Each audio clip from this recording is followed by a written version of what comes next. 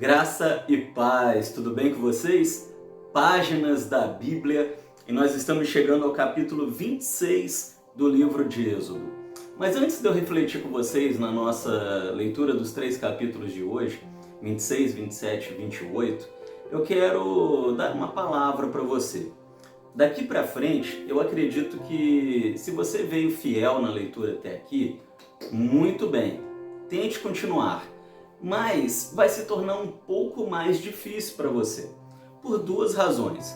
A leitura agora ela vai ficar um pouquinho mais difícil, mais complexa, e também porque as férias estão acabando, o mês de janeiro está acabando, e muitos de vocês que estão acompanhando a leitura fluíram bem no mês de janeiro por estar com a mente bem tranquila, por estar com menos responsabilidades, mas agora o trabalho secular voltando, as leituras ficam mais difíceis. Então é necessário que nós criemos rotinas de leitura, de estudo e meditação na palavra.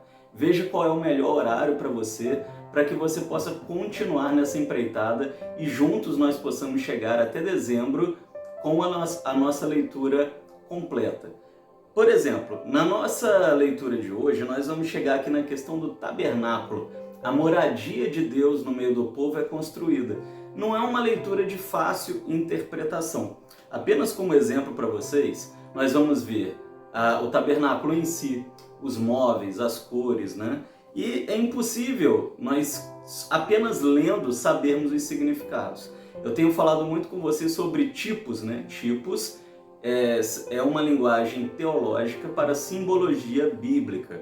Por exemplo, a tipologia aqui do tabernáculo só é possível ser interpretada com um manual de tipologia, que esse livro aqui, por exemplo, é escrito até mesmo por uma judia, né? Ela se chama Ada Hebershon, né? No judaísmo você tem esse som, né? Hebershon. E sem a tipologia bíblica é difícil saber o que significa cada símbolo do tabernáculo. Temos também a casa de ouro, né, que fala sobre cada símbolo de cada objeto lá dentro, de cada cor. E temos também, por exemplo, o livro chamado A Pessoa de Cristo no Tabernáculo. Porque, como eu disse lá atrás, a leituras anteriores, o tabernáculo aponta para Cristo. Tá joia? Mas eu vou tentar trazer alguma interpretação para você. Não vou me aprofundar muito e se surgir alguma dúvida, como de costume, você continua me enviando suas dúvidas. Chegamos ao capítulo de número 26 e agora nós vemos Deus habitando junto com o povo no tabernáculo. Aprendemos ontem que o tabernáculo ele era muito parecido com a casa dos ricos orientais daqueles dias. Aprendemos também que os rabinos acreditam que é uma cópia de algum tipo de templo existente no céu. Mas agora Deus ordena que o povo, através de Moisés, né, construa um tabernáculo e ele vai habitar junto com o povo. Por que uma tenda? Porque era um povo nômade e Deus queria os acompanhar naquela viagem. Se fazia necessário, já que Deus está habitando no meio do povo, que agora houvesse um lugar digno para Deus estar. Lembra que quando Deus chegou lá no Monte Sinai, ninguém podia nem tocar na base do monte? Aonde Deus está, esse lugar é santificado. Então era necessário um lugar santo para ele estar. O tabernáculo foi feito com um aspecto de santidade muito grande para Deus poder habitar ali. E aqueles que iam se apresentar a Deus precisavam de roupas especiais para se apresentarem na presença de Deus. Para a adoração do Senhor, os móveis precisavam ser especiais para a execução dos cultos. Então a gente vê no capítulo 26 e também no capítulo 27 uma coisa só, a construção do tabernáculo e a construção de móveis especiais. Eu quero destacar apenas no capítulo 26 e 27 algo que eu já falei para você na igreja, não sei se você estava presente, então eu vou lembrar. Aqui no capítulo 26, eu vou começar do 27 para o 26, porque o texto está de trás para frente. No capítulo 27, no versículo 1 até o 8, ou melhor dizendo, perdão, no versículo 9 até o 11, Deus fala sobre a construção do pátio do tabernáculo, e no 26 ele fala sobre o lugar santo e o lugar santíssimo. O tabernáculo ele tinha um pátio, né? Você vai conseguir enxergar aqui, ó. Ele tinha aqui esse pátio, tá vendo? Que era o quintal do tabernáculo. aqui era o templo, né, que é o lugar santo, e lá dentro tinha uma salinha que era o lugar santíssimo, onde ficava a Arca da Aliança, né? Deixa eu ver se eu até consigo encontrar aqui para você, ó.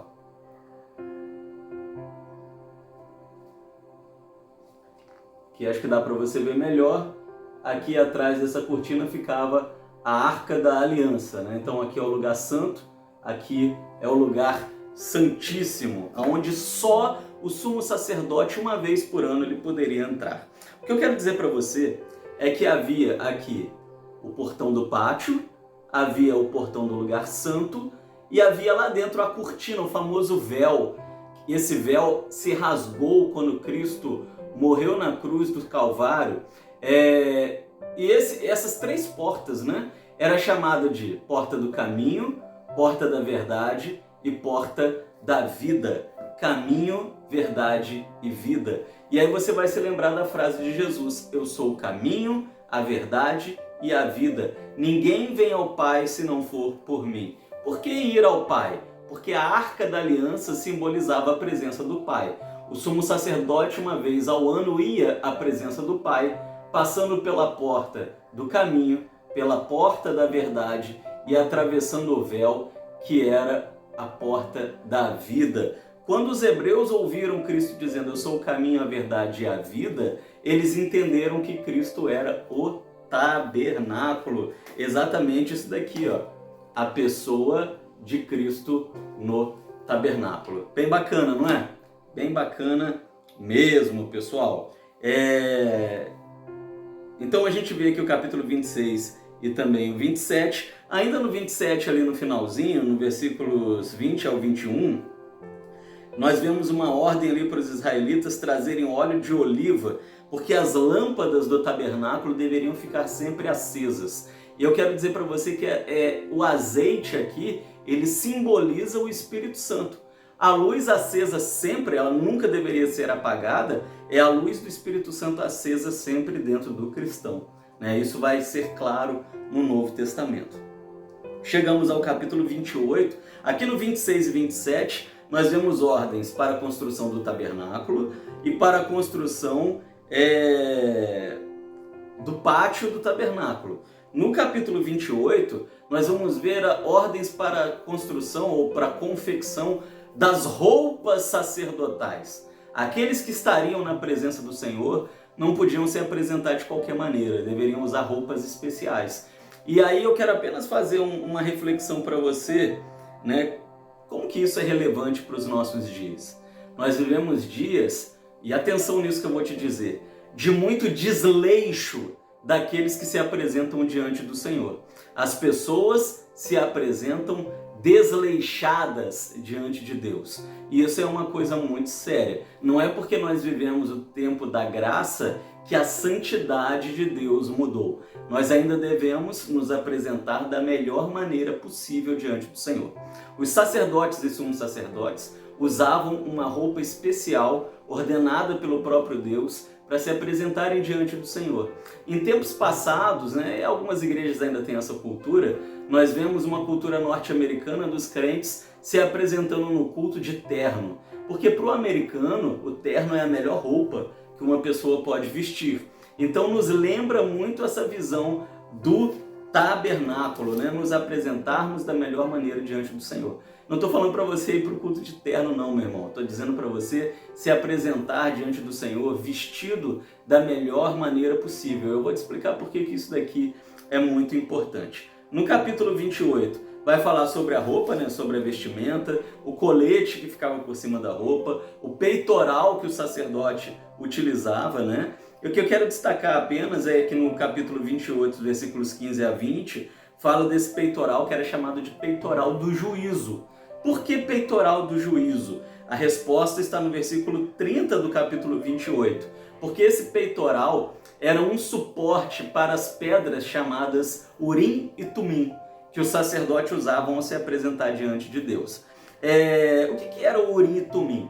Eram pedras, né, pedras preciosas, haviam gravados ali naquele peitoral o nome das 12 tribos de Israel.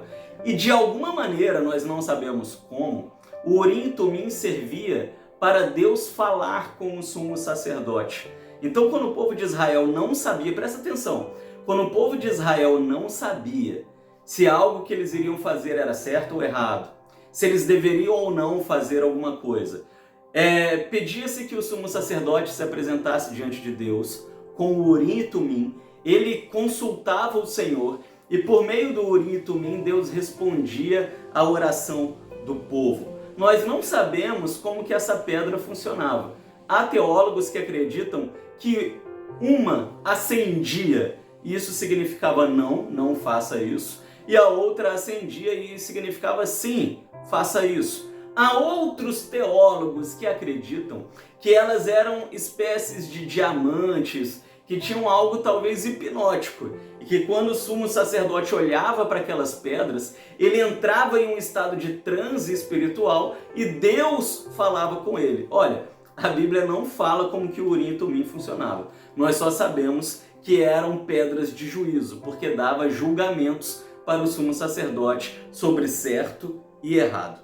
Chegamos ao final do capítulo 28 e nós vemos que fala um pouco sobre a construção do famoso menorá. O que é o menorá? O candelabro, né? Aquele candelabro que ficava diante do Senhor com as luzes acesas.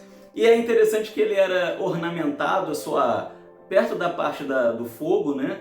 Com romãs de ouro. E você deve ler isso e ficar encucado, né? Por que romãs? Pessoal, aí é uma questão cultural. Primeiro, a romã para os assírios e para os hebreus era símbolo de fertilidade, prosperidade. Você estava na presença de Deus. Não tem como você estar na presença de Deus e não estar em um lugar próspero, né? Em um lugar abençoado. E aí você precisa entender que os assírios e os hebreus usavam a romã como principal fonte de decoração, de ornamentação. Trazendo para os nossos dias, quando a gente vai ter um culto, um evento, um congresso, a gente não enche a igreja de flores, né? São as decorações para os nossos eventos. Naqueles dias eles faziam as mesmas coisas, porém com romãs. Elas eram utilizadas para decoração. E aí muitos objetos eram feitos em formato de romã, né? Por exemplo, um vaso de planta, a própria base onde guardava azeite para acender a lâmpada era feito na forma de romã, né? E da cabecinha ali da romã saía o fogo. Enfim, muitos rolos, papiros eram guardados dentro de recipientes em formas de romã e por aí vai. A roupa do sacerdote, o turbante, a túnica e os calções, nós vamos ver aí o manto, né, também, no versículo 31 até o 43 do capítulo 28. Eu só quero destacar uma coisa: era uma roupa santíssima para se apresentar diante de Deus. Lembra que eu disse que nós devemos repensar como nós estamos nos apresentando diante de Deus nos dias atuais? Roupas indecentes, roupas impróprias para culto. A roupa sacerdotal, ela tinha uma decoração. Na sua orla eram costuradas duas coisas: um sino, uma romã de ouro. Um sino e uma romã. Um sino, uma romã. Um sino e uma romã. Um sino e uma romã. E haviam ordens claras aqui, principalmente no versículo 35, que quando o sacerdote se apresentava diante de Deus, os sinos ficavam tocando, porque ele andava de um lado e para o outro. E se o sino parasse de tocar, significava que aquele sacerdote morreu. No lugar santíssimo, acreditamos que uma corda era amarrada na cintura do sacerdote, porque se ele morresse, ele era puxado para fora. Há eruditos que estudam que era feito um rigoroso jejum pelo sacerdote, porque o lugar santíssimo era tão sagrado que, perdão com a palavra, se ele soltasse ali uma flatulência, um pequeno pum, ele era morto na hora, na presença do Senhor. Então os sinos paravam de tocar e a corda era necessária, como ninguém podia entrar ali, para puxar o corpo para fora. O que eu quero destacar aqui são duas coisas. Primeiro, para nos apresentarmos diante de Deus, precisamos estar dignos. Segunda coisa que eu quero destacar aqui, essa sequência de um sino e uma romã, um sino e uma romã, um sino e uma romã. Sino significa testemunho. Enquanto a pessoa tem testemunho de vida, o sino toca diante do Senhor, porque a pessoa está viva, de um lado para o outro. E se ela tem bom testemunho, ela dá frutos, prospera. Romã, símbolo do fruto da prosperidade. Era isso que significavam os sinos e os frutos na orla sacerdotal. Eu quero, para finalizar, dizer para você que a roupa, olha só, a roupa não tornava ninguém digno para estar diante do Senhor. Por isso o sino era necessário, porque se alguém indigno vestisse aquela roupa, na vã loucura de pensar que aquela roupa a tornaria digna de estar diante do Senhor e ela estivesse em pecado, ela morreria. Era necessário uma roupa santa para estar diante do Senhor, mas isso não garantia, a roupa não garantia que a pessoa ficaria viva diante de Deus se o coração não estivesse santo também diante do Senhor. Que lição para nós! Precisamos continuar aplicando isso nos nossos dias, nos apresentando diante de Deus com o máximo de santidade possível. Amém? Pessoal, quero só fazer uma observação para vocês. Esse aqui é um quadro que eu ganhei de um pastor amigo e nele tem algumas descrições do tabernáculo. Às vezes, quando a gente vê alguma coisa, fica mais fácil da gente entender, né? Esse aqui é o tabernáculo que eu havia mostrado para vocês, a porta do caminho, o pátio, a porta da verdade. Aqui dentro, da porta da verdade, a gente vem para esse espaço aqui, tá vendo? Olha, onde está a menorá, o altar dos alimentos, o altar do incenso, e aqui a vida, tá vendo? Tá vendo o véu aqui? Esse é o véu que se rasgou quando Jesus Cristo morreu na cruz do Calvário. Então, esse ambiente aqui é esse ambiente aqui. Porta do caminho, porta da verdade, porta da vida. Esse altar aqui, pessoal, é onde tem as pontas do altar. Tá vendo? Se alguém houvesse cometido um pecado culposo, a pessoa deveria correr, entrar pela porta do caminho e tocar em uma das pontas do altar e ela não seria morta, não é? Aqui é interessante, olha, que a gente consegue ver lá a Arca da Aliança, tá vendo? Dentro do lugar santíssimo. Nós falamos hoje um pouquinho também sobre a roupa sacerdotal. Olha aí a roupa sacerdotal, tá vendo? O peitoral, olha. As pedras Urim e Tumim, né? Bem bacana, né, pessoal? Às vezes a gente fica imaginando como era a roupa do sumo sacerdote. Era assim, tá vendo? As pedras. Cada pedra dessa tinha um nome de uma das tribos de Israel. Beleza, pessoal? Aqui tem outras situações nos quadros, pra gente ter uma noção da altura do tabernáculo, olha. As colunas, Tá vendo uma pessoa? Essas colunas aqui são mais ou menos essas colunas aqui e essas colunas aqui, ó. Aqui a gente vê o altar de purificação, onde as pessoas se lavavam para entrar no tabernáculo. O famoso altar de bronze, Aqui os sacrifícios eram realizados para Deus. A bacia de bronze, onde as pessoas lavavam a mão, antes de realizar as ofertas ao Senhor. A mesa dos pães, que eram também ofertas ao Senhor. O altar do incenso, Esse incenso aqui, ele simbolizava a adoração contínua diante do Senhor. O altar do candelabro, tá vendo? Essa chama aqui, que era o Espírito Santo sempre aceso, na vida do povo. Aqui é o véu do templo, o famoso véu, que rasgou quando Jesus Cristo ressuscitou. Aqui a gente vê a diferença dos materiais, tá vendo? Que vocês viram aí, pele de cabra, não sei o que, vários material de carmesim, é porque eram vários tecidos um por cima do outro, tá vendo? Para fazer a cobertura do tabernáculo, aí ficar dessa maneira aqui. Beleza, pessoal? A gente vê também aqui o propiciatório, é a tampa da Arca da Aliança, olha. Aqui dentro ficava maná, ficava as tábuas da lei, o bastão de Arão que floresceu lá na frente, não é? Aqui nessa tampa, pessoal, não era apenas a tampa da arca, mas era o lugar onde os pecados eram cobertos, o lugar da propiciação, ou seja, o sumo sacerdote, uma vez por ano, se apresentava aqui nesse lugar, os pecados eram trazidos diante do Senhor, onde estava a arca, Deus estava, e aí os pecados eram queimados aqui na tampa da propiciação, de alguma maneira sobrenatural, que eu não saberia explicar para vocês e nem um teólogo sabe, na verdade. Beleza, pessoal? Espero que vocês tenham gostado. Perdão pelo vídeo um pouco longo, texto muito teológico. Os mais teológicos eu preciso me estender um pouco mais para você poder entender.